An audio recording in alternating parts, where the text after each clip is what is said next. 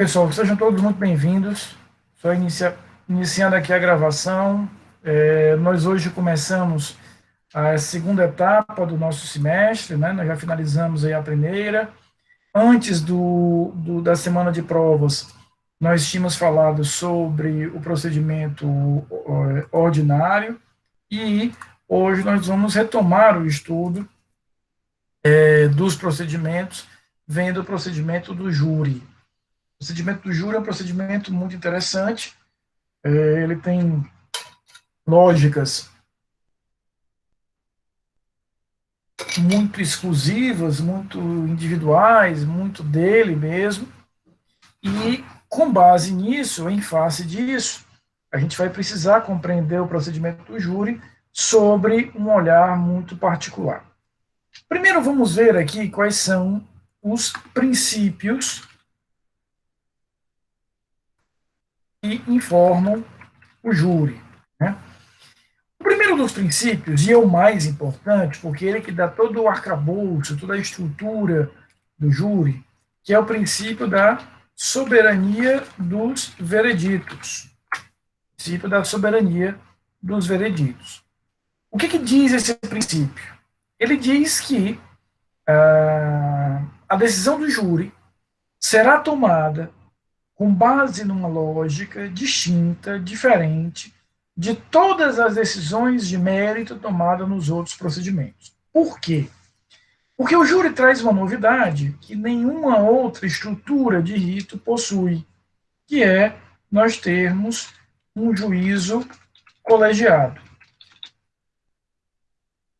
Esse juízo colegiado é formado pelo juiz mais os jurados. E a função desses personagens é uma função muito bem delimitada. Cabe aos jurados a análise do mérito do processo.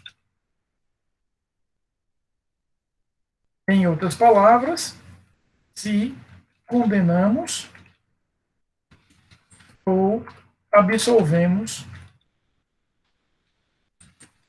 o réu. Ao juiz caberá, depois de tomada a decisão pelo conselho de sentença, pelos jurados, caberá a sentença em si, que é basicamente a fixação da pena no caso de condenação. Então, a estrutura do juízo do júri é uma estrutura colegiada e onde eu tenho as funções, as atribuições muito bem separadas, muito bem delimitadas em relação a isso.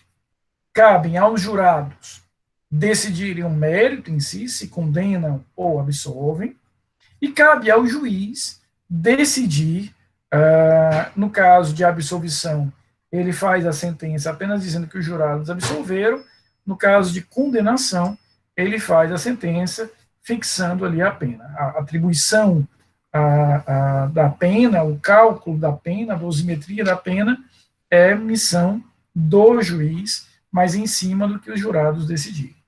A gente percebe que o júri tem já uma complexidade na sua estruturação de decisões. E, veja, o primeiro princípio dialoga exatamente com essa estrutura do júri. Ele vai dizer, olha, jurados, vocês, que são o povo, decidirão de forma soberana. Então, o que nós temos aqui?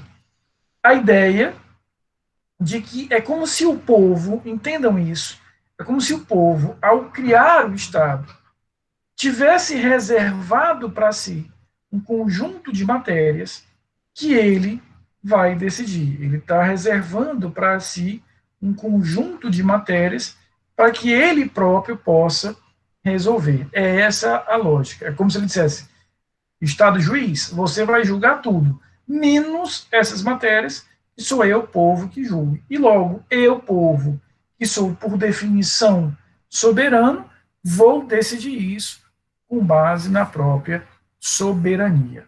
Então, a gente vai ter, efetivamente, a ideia da soberania dentro dessa perspectiva. Então, indicar que o veredito é soberano, né, indicar que há uma soberania nesse veredito, significa dizer que esta decisão dos jurados não deve ser tomada exclusivamente com a base nas amarras do próprio direito, mas com base naquele princípio que vocês viram no semestre passado, que é o princípio da íntima convicção. Professor, por que esse povo não é escolhido por concurso? Diga, Cláudia. Diga. Não, desculpe, continue, depois eu falo. Cláudia, a ideia aqui é que é uma escolha do povo. O povo fez a escolha, ou seja, no momento em que o povo apoia o Estado e edifica o Estado, ele resolveu que determinadas matérias devem ser, pela relevância que tem, tratadas diretamente por eles. Existem grandes discussões, né? Existem muitas críticas em relação a essa estrutura, mas é uma escolha política feita no momento de criação desse órgão. Estou dizendo isso para o senhor porque eu já participei de júri, e assim, nós estamos lidando com vida, liberdade, vida de um lado, vida do outro, liberdade de um lado e do outro. E tinha casos em que o réu era confesso de um crime bárbaro. Quando era na hora de decidir, o povo não condenava. Eu ficava boquiaberta com a decisão dos jurados. Então, se fosse um grupo escolhido por questão de ter aquela habilidade, conhecimento, que aquele momento é de uma seriedade tão grande, cheguei a sair de lá com dor de cabeça, e quando tinha lacuna no processo, eu ia para o indulto pro réu. Mas é difícil, aquilo ali é muito difícil. Por isso que por conhecer essa relevância de saber que a vida de um cidadão ali está em jogo, que não poderia ser uma escolha aleatória, digo assim, de vir de um povo que certas pessoas que estavam ali não tinham conhecimento, esclarecimento, conhecimento de nada. E numa decisão dessa que eu presenciei várias vezes, do réu ser confesso de um crime bárbaro e o povo pedir para absolver, eu achava um absurdo. Existe realmente pontos de vista muito diferentes em relação ao júri, né? Quer dizer, a questão de que a falta, muitas vezes, do conhecimento técnico pode gerar uma decisão, muitas vezes, incorreta, injusta. Os que defendem o júri, por outro lado, dizem que, primeiro, uma escolha política feita pelo próprio povo no momento em que edifica a estrutura do Estado e que constrói o estilo de Estado que quer ter, e também aqueles que defendem o júri dizem que se o equívoco de julgamento fosse algo exclusivo ou decorrente exclusivamente da falta de conhecimento técnico, os juízes togados e os tribunais não errariam, né? Então, há também esse outro ponto de vista. Então, realmente existem dois ângulos bastante conflitantes nessa defesa e nessa não defesa do Instituto do Júri. Então, voltemos aqui para os princípios, ou seja, o primeiro princípio sinaliza isso, dizendo, olha, jurado, você vai poder decidir, a responsabilidade de decidir é sua, cabe, portanto, a você a decisão em relação a esse determinado tipo de evento, e você deverá, dentro desse contexto, dentro desse determinado cenário, decidir com base numa convicção íntima particular que você traz. Diferentemente do juiz, que decide com base no livre convencimento motivado, o juiz vai decidir com base na sua íntima convicção. Né? Claro que a gente vai ver no futuro, e isso é matéria que a gente vai ver já no próximo mês, que existe todo um mecanismo de controle feito através dos recursos para eventuais equívocos dos jurados. Então, o processo pensa num modelo de filtragem através dos recursos para minimizar essas possibilidades. Diga, Paulo. Professor, eu tenho uma dúvida, porque é o seguinte, inclusive vendo, esses dias até tinha comentado no grupo que eu tinha lido, estou terminando de ler o livro do Rui Barbosa, e ele fala justamente sobre a defesa de casos em que tem pessoas que dizem que é como se fossem causas indignas, e como se fosse colocar o advogado criminalista, no caso, o advogado do júri, no mesmo patamar que o seu patrocinado. E é interessante falar, porque falando sobre o procedimento do júri, eu tenho uma dúvida. Como que funciona a instrução dos jurados para chegar na decisão? Ou seja, um colegiado de jurados, que eu entendo serem leigos de direito, mas como que funciona? Eles têm acesso a um breve resumo do caso, a provas, ou eles só se atentam àquilo que os advogados de acusação e defesa e promotor de justiça, né, fazem durante o plenário? Paulo, a gente vai, na próxima aula, nós vamos estudar especificamente a dinâmica da sessão de julgamento. Eu vou voltar bastante a isso na próxima terça-feira. Mas só para não ficar ainda em aberto isso, né, teoricamente, o acesso que eles têm às provas, aos elementos que caracterizam o fato, ao processo, é durante a sessão de julgamento mesmo. Então, eles vão receber, por parte do juiz, um breve resumo, depois as partes vão fazer uso ali da palavra oral, e, em face disso, o contato que ele tem com o processo é um contato feito naquela sessão. A gente vai conversar bastante sobre a sessão de julgamento na próxima terça-feira, e a gente vai voltar a esses teus pontos. Tá? Então, o primeiro dos princípios é exatamente a soberania dos vereditos, ou seja, esse poder que o jurado tem por ser o povo, né, por representar o povo, portanto, povo esse soberano, e ele terá esse poder de tomar a decisão na medida e na intensidade que ele desejar. Tanto é que ele não precisa justificar, ele não precisa conhecer direito, ele decide com base nessa convicção íntima, nesse sentimento íntimo de justiça. O segundo princípio específico do júri é o princípio do sigilo das votações. Ou seja, o jurado decidirá de forma sigilosa e eu não sei exatamente como aquele jurado votou. Nós vamos ver, inclusive, na próxima terça-feira, quando nós formos conversar especificamente sobre a dinâmica da tomada de decisões do júri, que o que nós temos ali é, nesse sentido,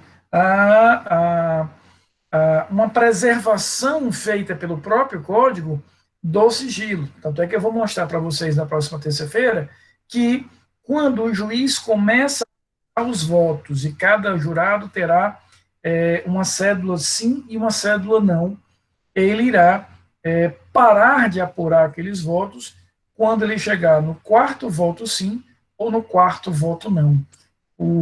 A dinâmica da tomada de decisões no júri é uma dinâmica pensada para que eu não me importe muito com a unanimidade. Na verdade, eu nunca vou saber que há uma unanimidade, porque na hora que eu chegar no quarto voto sim, eu paro de contabilizar os outros. Então, se o juiz abriu o primeiro voto, foi sim, o segundo foi sim, o terceiro foi sim, o quarto sim, eu nunca saberei como serão os outros. Ele até pode abrir os 7 votos, mas ele só abre os 7 votos quando ele chegou no sexto e está 3-3, ele vai precisar conhecer o último para desempatar.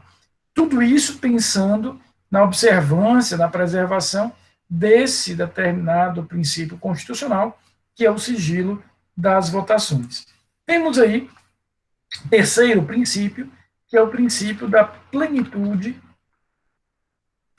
de defesa, ou seja, eu tenho que dar no âmbito do júri todas as condições de defesa, permitindo que ele utilize a tese de defesa que ele quiser. Eu não posso restringir uma tese de defesa, eu não posso restringir uma argumentação. Então, é possível, por exemplo, tivemos até uma discussão recente que eu vou trazer para vocês depois, que eu admita no júri teses de defesa que ordinariamente eu não admitiria frente a outros tipos de procedimento, frente a juízes togados. Então, por exemplo, há muito tempo, há muitas décadas, não se aceita nos tribunais, daí porque eu indiquei a vocês aquele podcast que é muito interessante, não se aceita já há algum tempo nos tribunais brasileiros a tese de legítima defesa da honra.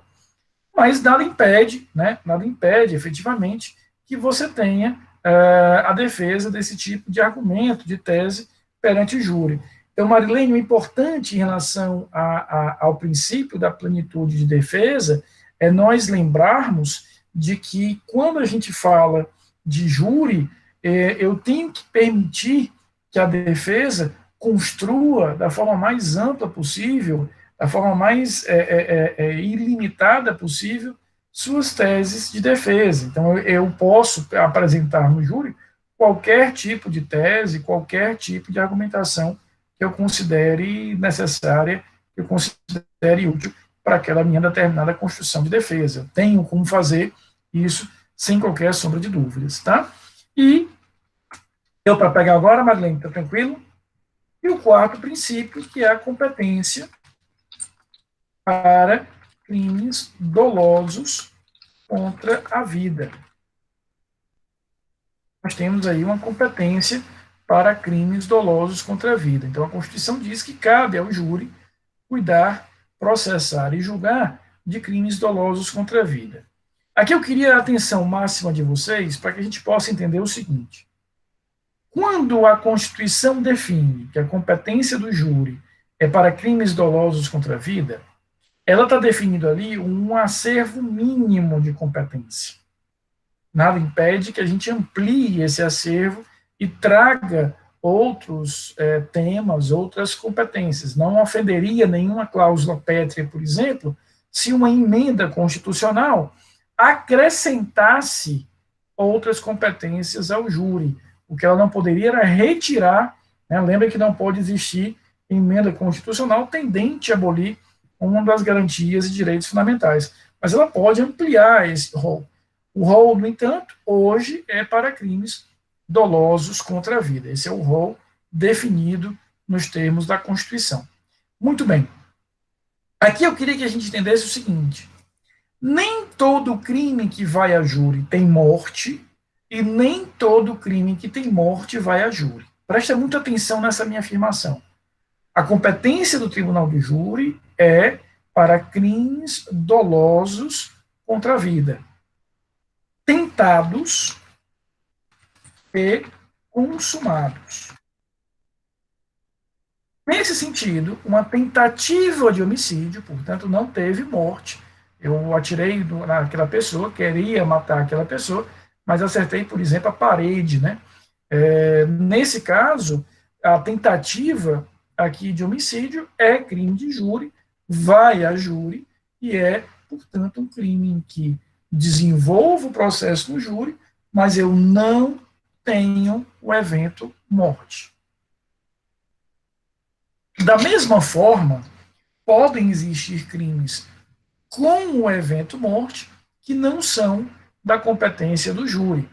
Porque, veja, vai ao júri os crimes dolosos contra a vida, ou seja, aqueles crimes em que a minha intenção, a minha vontade, o meu ânimos é a eliminação da vida.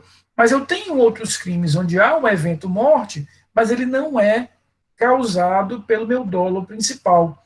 Aqui entra a lesão corporal seguida de morte, entra o latrocínio, né, que é o roubo seguido de morte, o estupro seguido de morte, a extorsão mediante sequestro qualificada pelo resultado morte. São exemplos de crimes onde há o evento morte, onde esse evento morte é considerado, tem um peso criminal, mas ele não é um crime doloso contra a vida. Assim, como bem lembra aqui a Marilene, o crime também de homicídio culposo. Então, o crime doloso realmente não vai a júri. Pois não, Paulo?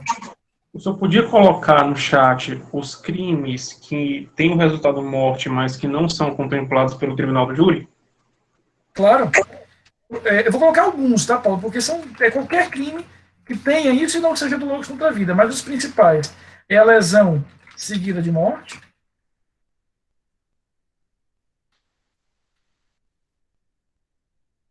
patrocínio, a do 157, parágrafo 3º,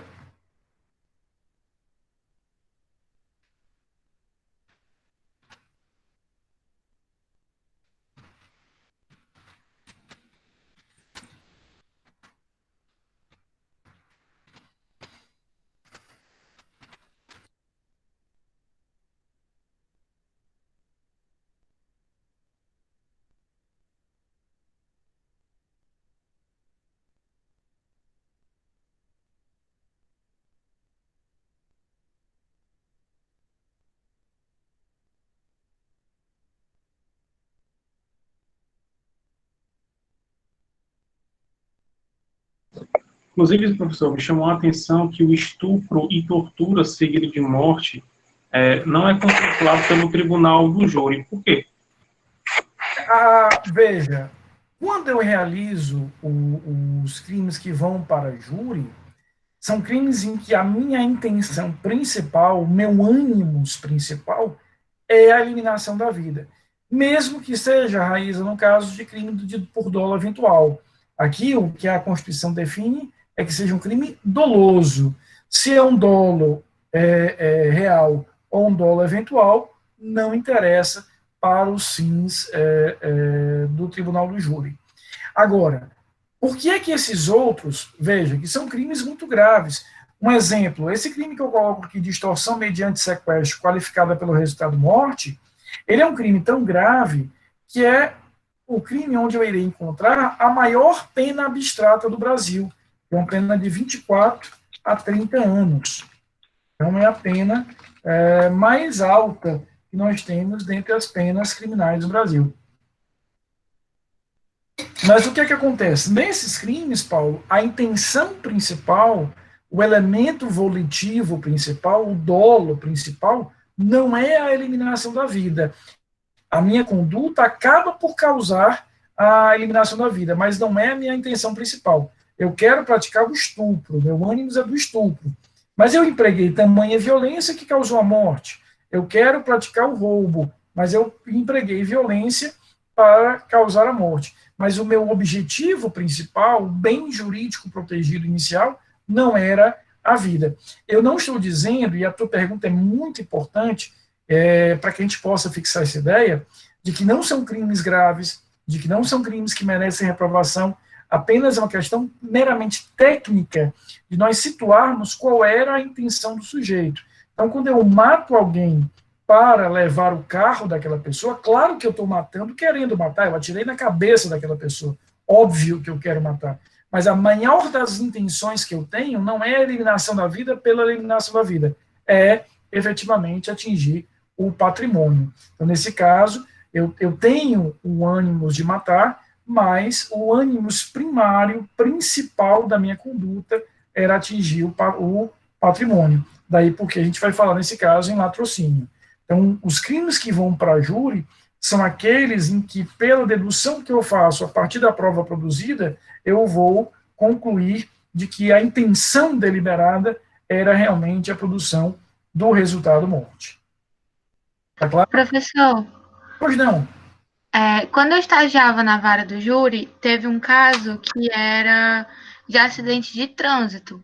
Mas pelo que eu me lembro da época, a pessoa estava com... O caso dele estava sendo julgado na vara do júri e numa vara de crime de trânsito. Aí eu queria saber como é que faz essa separação, quando tem muitos crimes de uma vez, se julga tudo numa vara só, porque que alguns casos vai para duas varas diferentes. A pergunta é sensacional. Veja só, Giovana, o que é que nós temos? Né? Quando a gente trabalha, e a tua pergunta é boa para a gente poder fixar uma determinada ideia. Vamos aqui entender já duas ideias básicas. Primeiro, a competência normal do júri, quando eu digo normal, é aquela prevista no texto da Constituição, é para crimes dolosos contra a vida. Ponto.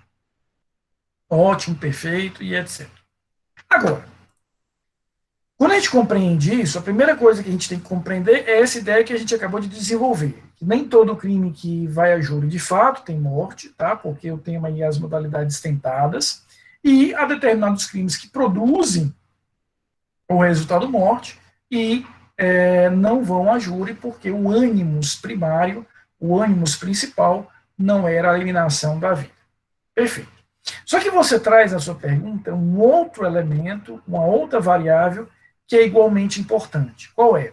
Rafael, na verdade a tua pergunta, Giovana, eu vou desmembrar em duas, porque ela é tão importante para a gente separar aqui duas ideias. A primeira ideia, e aí eu vou pegar aqui um pouco a ideia da Raíssa nessa pergunta que você fez também, Raíssa. Quando a gente fala especificamente de crimes de trânsito, ou seja, crimes de trânsito onde houve o evento morte, existe de há muito uma intensa discussão na doutrina para definir como tratar, do ponto de vista penal, como tratar do ponto de vista criminal esses atos. Por quê? Alguns defendem, e esse entendimento ainda é o dominante, de que quando eu lesiono, quando eu mato alguém no trânsito, porque eu estava em alta velocidade, porque eu estava dirigindo embriagado, porque eu estava dirigindo um carro sem habilitação, isso é claramente um caso de culpa. O que a doutrina vai chamar de culpa consciente. Eu tenho a previsibilidade do resultado, mas eu me considero suficientemente capaz de evitar que aquele resultado aconteça. Então, ainda é um entendimento dominante de que esses homicídios devem ser tratados como homicídios culposos de trânsito, porque aquele indivíduo não vê aquele resultado como um resultado que lhe é indiferente, que seria o conceito essencial do dolo eventual.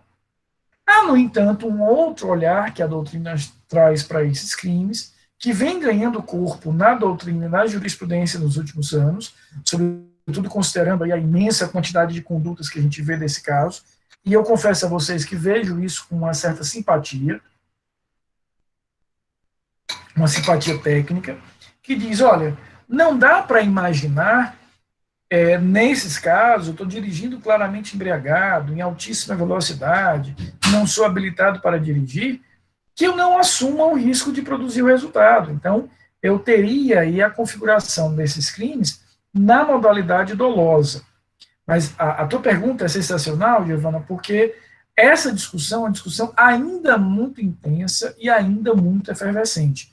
Existem argumentos dos dois lados. Um diz, não, peraí, o cara não queria aquele resultado não era um resultado indiferente a ele, ele achava que conseguiria evitar aquele resultado. Do outro, há aqueles que defendem a ideia de que não, de que o que eu tenho ali realmente é um crime doloso, pela modalidade do dolo eventual, porque ele assumiu o risco de produzir aquele determinado evento morte ao dirigir em alta velocidade, embriagado, etc. É por isso que é muito comum que, nesses casos, a gente tanto encontre situações que são desenvolvidas em várias do júri, como em várias de trânsito. Então, eu tenho tanto a tipificação como homicídio doloso, por dolo eventual, como homicídio culposo. Não há uniformidade de entendimento em relação a isso. Agora, continuando na tua pergunta, o que não pode acontecer, e aí isso não pode acontecer em nenhuma hipótese, que o mesmo fato seja tipificado como crime de homicídio doloso e como um crime de homicídio culposo. Aí isso que não rola. Ou ele será culposo, ou ele será doloso. Repito, há entendimento que vai fundamentar dos dois lados a ideia. Agora, diante de um caso concreto, eu tenho que me posicionar. Diante de um caso concreto, eu preciso efetivamente me posicionar. Ou seja, em face disso, em face dessa questão, não dá para um único fato, eu dirigir embriagado, este único fato está sendo desenvolvido como homicídio doloso na vara do júri e como homicídio culposo na vara do trânsito. Isso não pode acontecer porque seria um caso de bis in idem, né, um caso clássico de litispendência. Muito bem. Agora, o que pode acontecer, e aí eu já emendo aí na continuação da tua pergunta, por isso que eu disse que eu ia separar em duas partes, é que, e isso vale, Giovana, não apenas para crimes de homicídio de trânsito, mas para qualquer outro tipo de crime doloso contra a vida, que eu tenha no mesmo contexto, no mesmo bolo, um crime doloso contra a vida em concurso com outros crimes não dolosos contra a vida. Então, eu vou trazer, por exemplo, um exemplo daquele caso da Isabela Nardoni, né, que foi muito conhecido no Brasil, muito popular, né? O pai dela e a madrasta eram acusados do homicídio, mas eram acusados também do crime de fraude processual. Né? O crime de fraude processual, muitos de vocês aqui estudaram comigo, Paulo, Cláudia e outros estudaram comigo isso em Penal 3, é quando eu altero objetos, altero a cena do crime, altero a pessoa para dificultar a apuração processual. Então, imaginemos, como foi o caso do pai da madrasta da Isabela Nardoni, que eles foram acusados de dois crimes. Um crime doloso contra a vida e um crime não doloso contra a vida. Nesse caso, como é que eu vou fazer? Eu vou reunir esses dois crimes num único processo, num único juízo, que é o juízo do júri. Tenho aqui, portanto, a regrinha aí do artigo 78 do Código de Processo Penal. Na determinação da competência por conexão ou continência, serão observadas as seguintes regras. 1. No concurso entre a competência do júri e outra de juízo, e a de outro órgão da jurisdição comum, prevalecerá a competência do júri. Na verdade, Gutierrez, meu amigo, é mais do que a pensar. É um processo único, ou seja, na denúncia, eu já vou denunciar pelo homicídio doloso e pela fraude processual, pelo homicídio doloso e pelo porte ilegal de arma de fogo, pelo homicídio doloso e pela associação criminosa. Então, uma denúncia única já vai conter as duas ou mais condutas. Aqui a ideia qual é? A conexão e continência entre crime de júri e não de júri, arrasta tudo para o júri, resolvo tudo isso no tribunal do júri.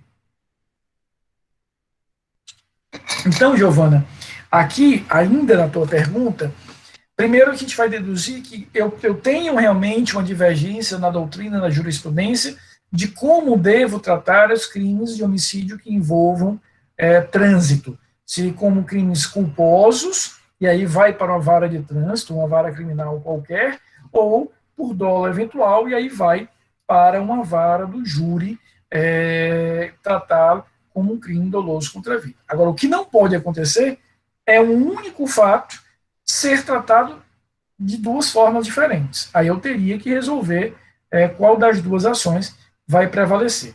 Segundo, se eu tenho aí um crime doloso contra a vida em concurso com outros, nesse caso, eu vou arrastar tudo isso para o júri. Tudo isso vai ser arrastado para o tribunal do júri por força dessa regrinha aí do 78, inciso 1º. É uma denúncia só, um processo só, um julgamento só. Mas aí pode acontecer, e aí ainda estou na tua pergunta, quer dizer o seguinte, não, o juiz pode perceber, ou mesmo o titular da acusação, que não há entre aquele crime doloso contra a vida e um outro crime não doloso contra a vida, não existe, vejam só, conexão ou continência. Ele pode entender que não existe conexão ou continência diante desse caso. Nessa perspectiva, ou seja, em face dessa perspectiva, o que nós vamos entender? Que haverá aí a necessidade total de separação, e aí fica cada um num processo, cada um num juízo. Se eu reunir aqueles requisitos da conexão e da continência que vocês estudaram em processo penal 1, tudo bem, eu atraio tudo para o júri. Então, quando você diz, Rafael, me parece que eu conheci um processo em que eu tinha um processo no júri e tinha um processo na vara de trânsito. Pode acontecer, Giovana, de eu ter um processo, por exemplo, na vara de trânsito por direção perigosa e um outro processo por homicídio doloso na vara do júri, desde que não sejam dentro do mesmo contexto, porque se for dentro do mesmo contexto, eu vou atrair tudo para o júri. Ficou claro? Eu sei que eu falei muito para responder a tua pergunta, mas deu para entender? Deu sim, professor, obrigada. Eu que agradeço. No caso, esse que eu participei, né, como estagiária, na vara de trânsito, o rapaz perdeu a carteira de motorista, não podia mais dirigir por um tempo determinado até o julgamento dele na vara do júri. E na vara do júri ele foi absolvido porque ele estava bêbado, aí teve todo um contexto lá e ele tinha 21 também na época, tem essa questão da idade, né? Tem essa contradição do Código Penal e do Código de Processo Penal em relação à idade, que eu me lembro, isso há uns 2 anos atrás, ele foi absolvido. Mas eu te pergunto, qual era o crime que ele respondia na vara de trânsito? Porque não pode ser o mesmo homicídio. Talvez ele tivesse respondendo lá por uma outra conduta criminosa em outro contexto. Aí isso é possível. Tu se lembra? Pois é, eu não me lembro exatamente. Eu sei que na vara do júri, a questão é que ele tinha dirigido alcoolizado, perdeu o controle do carro e subiu numa calçada. E aí ele atropelou umas pessoas. Esse caso foi em 2005, foi julgado no começo do ano passado, se eu não me engano. Ou foi no final de 2018, eu não me recordo direito. E é complicado, porque, veja, da forma que você narra, eu até entendo, Giovana, que há grandes argumentos nessa dúvida em relação à culpa ou dolo. Mas a absolvição, nem de longe, pelo amor de Deus, eu estou duvidando da sua palavra. Estou dizendo que realmente no júri a gente acaba ficando sujeitado a esse tipo de interpretação, muitas vezes exagerada do júri. Mas é o preço que se paga pela soberania. Quer dizer, o jurado, em sendo soberano, ele vai poder entender, inclusive, dessa forma. Sim, um dos argumentos que o advogado de defesa utilizou foi que as consequências do ocorrido para ele já eram suficientes do que se ele fosse preso, porque ele ele levou vários atestados médicos de que desenvolveu transtornos psicológicos em decorrência disso, que ele não conseguia mais dirigir, mesmo sem podendo voltar a dirigir, ele não conseguia mais, ele fazia tratamento para síndrome do pânico, insônias, e acabou que ele foi absolvido. É uma das características, e aí repito, é por isso que há uma polarização tão intensa naqueles que defendem e criticam a instituição do júri, exatamente porque o júri, em sendo soberano, ou seja, eu tendo aí essa capacidade efetiva de decidir nos termos e moldes que eu quiser, eu posso sim chegar a situações como essa, ou seja, em que eu convencer os jurados de que aquela pessoa já teria, por questões aí íntimas, pago ou feito aspas, a quitação daquele determinado tipo de crime. Porque isso pode ser considerado, no juízo não do júri, naquela figura do perdão judicial, mas o requisito fundamental do perdão judicial, que é exatamente isso, ou seja, quando as consequências do fato já me atingiram de forma tão grave que eu não deveria merecer mais pena, o requisito fundamental para o perdão judicial é o crime ser culposo, que já afasta automaticamente a incidência do júri. Mas aqui o que a gente está falando, pelo que você está nos apresentando, tem nada a ver com o perdão judicial. É um argumento mesmo da defesa, no âmbito do júri. Só um minutinho, Cláudio, deixa eu terminar aqui o raciocínio. É perfeitamente possível, como aí o que você nos fala é um bom exemplo do que eu falei agora há pouco, da questão da plenitude de defesa, ou seja, a ideia de que eu tenho a possibilidade de apresentar no júri qualquer tese que eu quiser. Não se pode aí tolher, limitar a defesa no que diz respeito à atuação e à apresentação dessas teses. Então, ele pode fazer isso e, se os jurados acatarem, absolvido está. Claro, volto ao que eu falei agora há pouco. Existe todo um sistema de filtragem disso através dos recursos que visa, pelo menos, minimizar a probabilidade de uma decisão tão equivocada continuar. Tá? Pois não, Cláudia. É justamente o que ela falou e o senhor está comentando. Eu sou contra essa sistemática de escolha do corpo de jurados, porque é vida. Ele estava alcoolizado, mas ele sabia que está alcoolizado, ele poderia ceifar a vida, porque se ele está tomando remédio, se ele se arrependeu, mas quem ele matou ali? Se ele matado a pessoa, e o pai dessa pessoa, a mãe, se era filho único, a dor da família que perdeu esse ente querido. Então, assim, a gente tem que complexo. responsabilidades.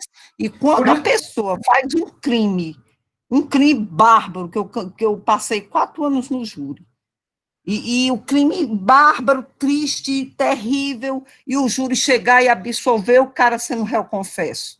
Quer dizer, que preparação tem esse corpo de jurado?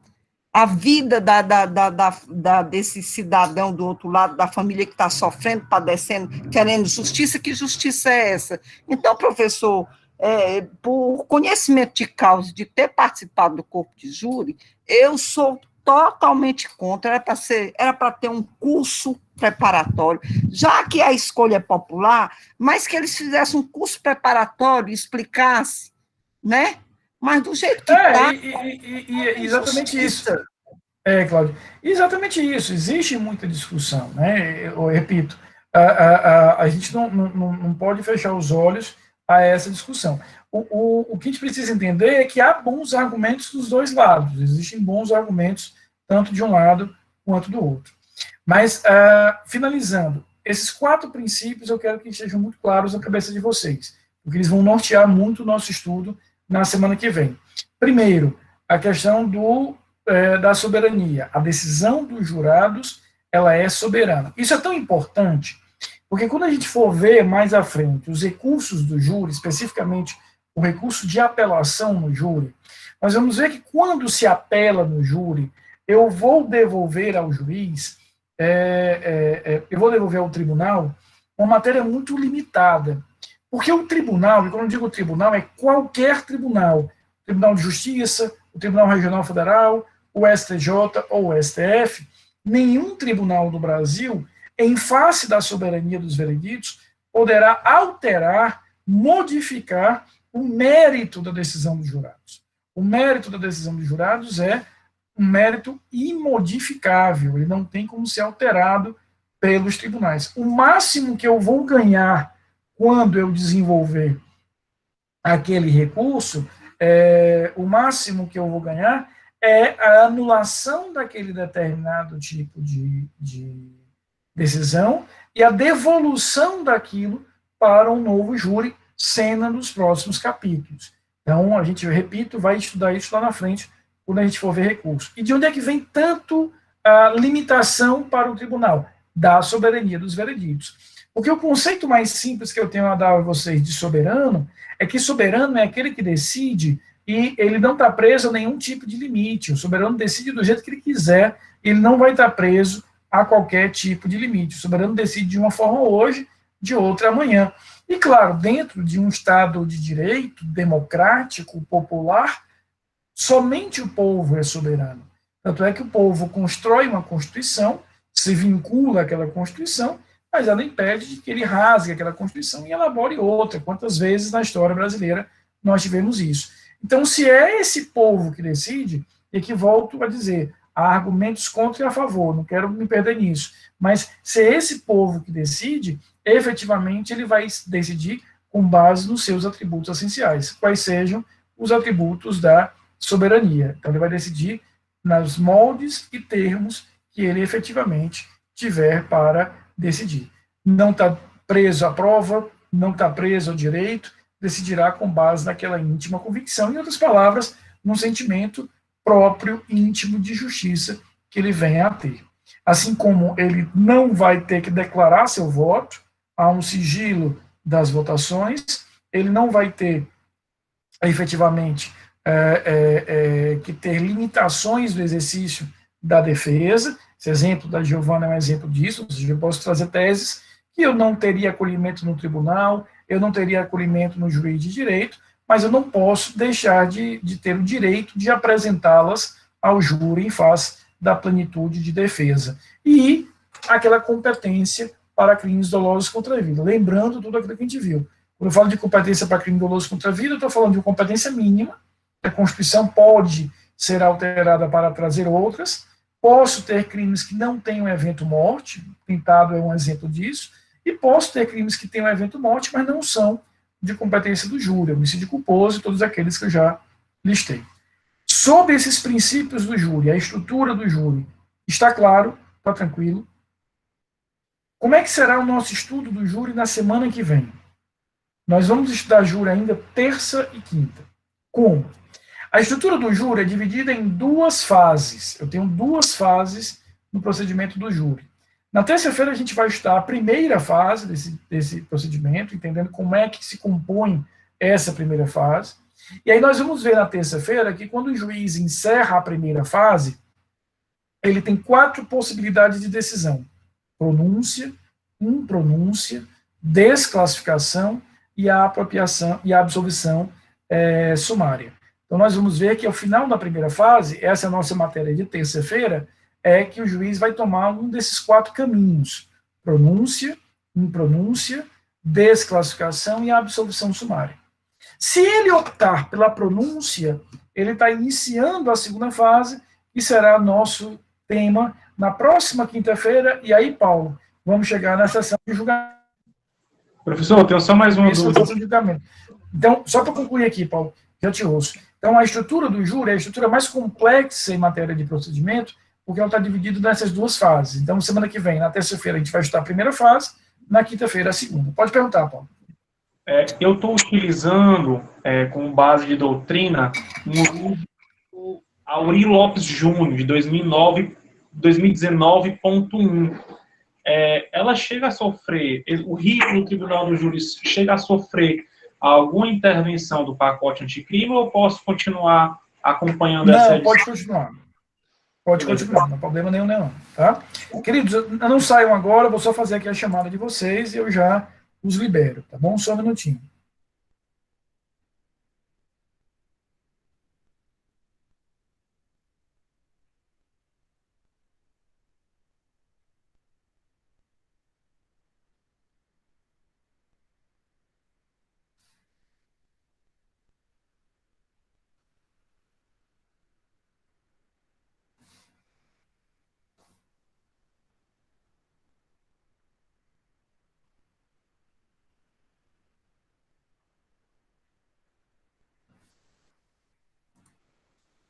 Só um minutinho, eu já concluo a chamada e já vos libero.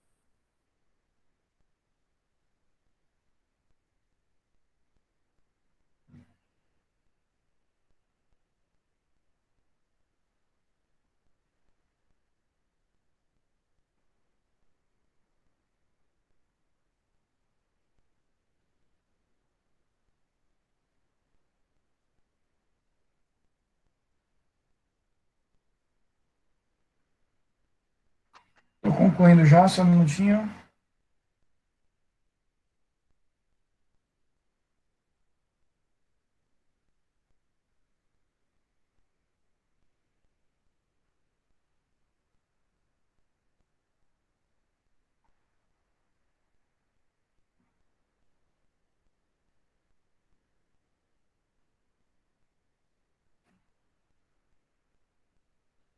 Bem, queridos, então, na próxima semana a gente continua com o procedimento do júri. Nós vamos ver na próxima semana as duas fases do júri. Um excelente final de semana a todos. Fiquem bem, com saúde, em paz.